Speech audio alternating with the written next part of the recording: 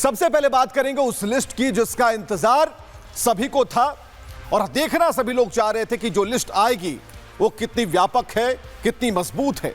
तो रिपब्लिक भारत ने कल दोपहर में यह दावा किया था, हमने कल दोपहर में दावा किया कि बीजेपी की नई टीम का ऐलान होने वाला है।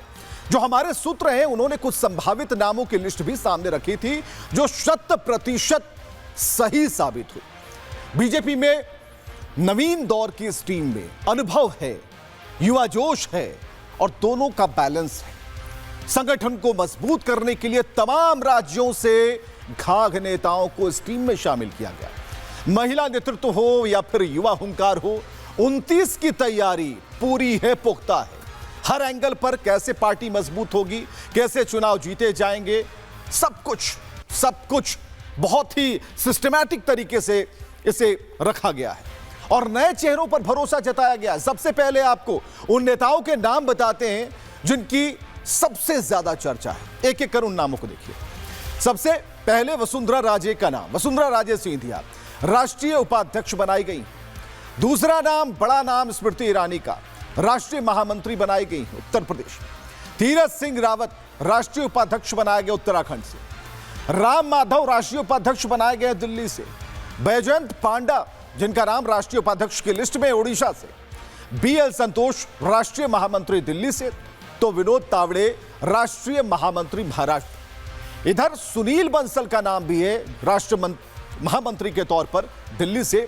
तो पीयूष गोयल कोषाध्यक्ष बनाए गए हैं। तरुण चुग को राष्ट्रीय कार्यालय का प्रभारी बनाया गया है। डॉक्टर हेमांग जोशी को अध्यक्ष बनाया गया युवा मोर्चा गुजरात।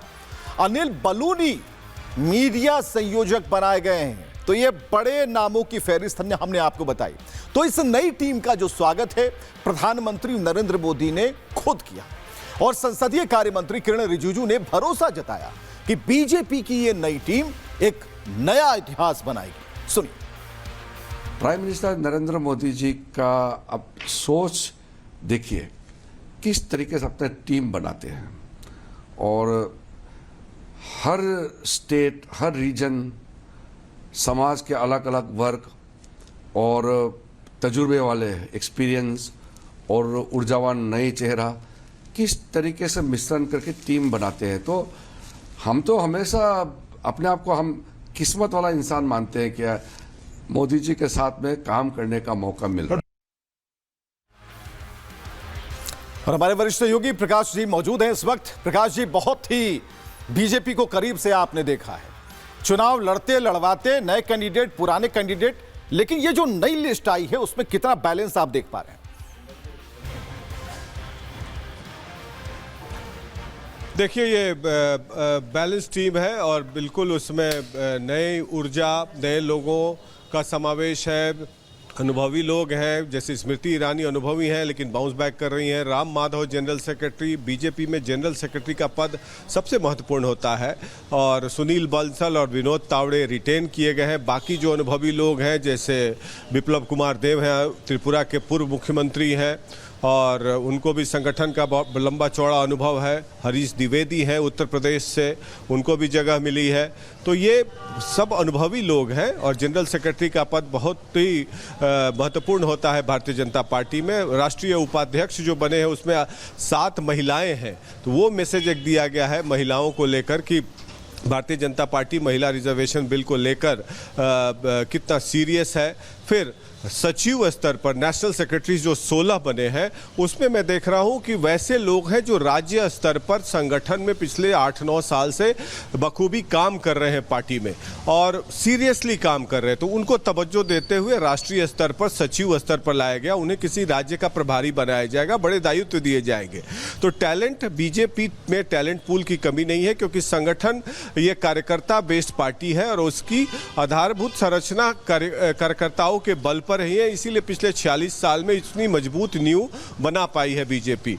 अब तालमेल पार्टी को सरकार से बनाना है और इसका नेचुरल इफेक्ट होगा आगे आने वाले दिनों में कि अब नरेंद्र मोदी की सरकार में नए लोग दिखेंगे जिसमें कुछ टेक्नोक्रेट्स, स्पेशलिस्ट और कुछ नई ऊर्जा का संचार होगा। अब जैसे पीयूष गोयल को ट्रेजरर बनाया गया है, वो एक सरप्राइजिंग एलिमेंट है।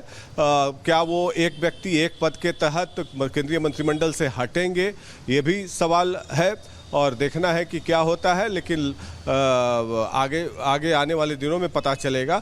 और सबसे बड़ी बात विवेक की हम लोग ये बता रहे हैं कि रिपब्लिक भारत और रिपब्लिक टीवी, हम लोगों ने हमने हमारे editor in chief Arnab Goswami के साथ मिलकर कल इस न्यूज़ को ब्रेक किया। 24 घंटे पहले दिल्ली के किसी मीडिया पत्रकार को हवा नहीं थी कि बीजेपी में बड़ा ओवरहॉल होने वाला है, और इस न्यूज़ ब्रेक पर हम कायम रहे। दूसरे मीडिया चैनल आज इसको फॉलो अप किया और हमारी खबर वैलिडेट हुई।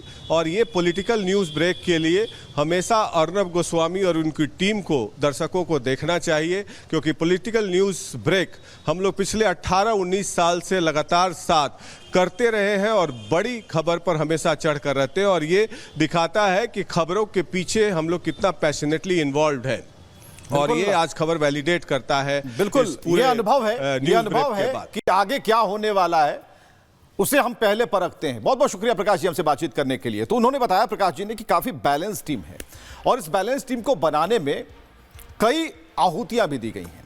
सवाल इसका नहीं कि कितने नए चेहरे हैं, महिलाओं को कितनी तवज्जो दी गई है, कौन पहले जिसे साइडलाइन था उन चेहरों को भी शामिल किया गया। तो इस बैलेंस को बनाने में कितनी मेहनत हुई, और इस बार जो तुरुप का इक्का है वो कौन सा चेहरा है, एक रिपोर्ट आपको दिखाते हैं।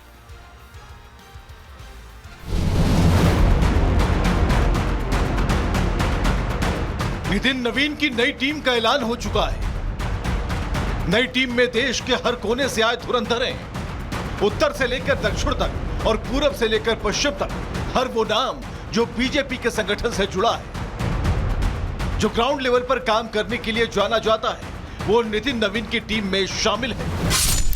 राष्ट्रीय अध्यक्ष नितिन नवीन की इस टीम में कुल 65 लोग हैं। इनमें सबसे ज्यादा पदाधिकारी दिल्ली से हैं, जिनकी संख्या 10 है।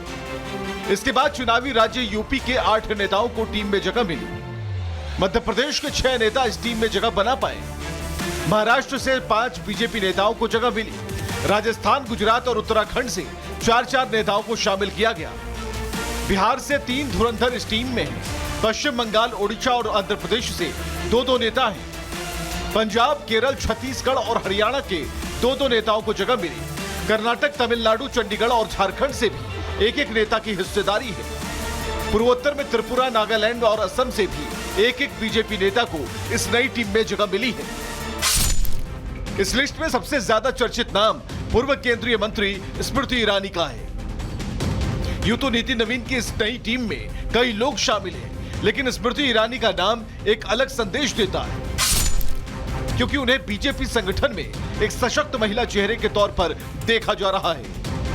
उनकी एंट्री यूपी से हुई है, जो देश की सियासत का गढ़ माना जाता है। यूपी में अगले साल विधानसभा के चुनाव भी हैं, तो स्मृति ईरानी का रोल अहम हो जाता है। वो यूपी के अमेठी से 2019 का लोकसभा चुनाव जीती थी और उन्होंने अमेठी यानी कांग्रेस की पैतृक सीट से राहुल गांधी को मात दी थी। हालांकि 2024 में अमेठी की सीट से स्मृति ईरानी को हार का सामना करना पड़ा था और तभी से वो लाइमलाइट से दूर थी। लेकिन बीजेपी ने स्मृति ईरानी को कोर टीम में जगह देकर यह साबित कर दिया कि वो अपने कर्मठ कार्यकर्ताओं का हाथ नहीं छोड़ती।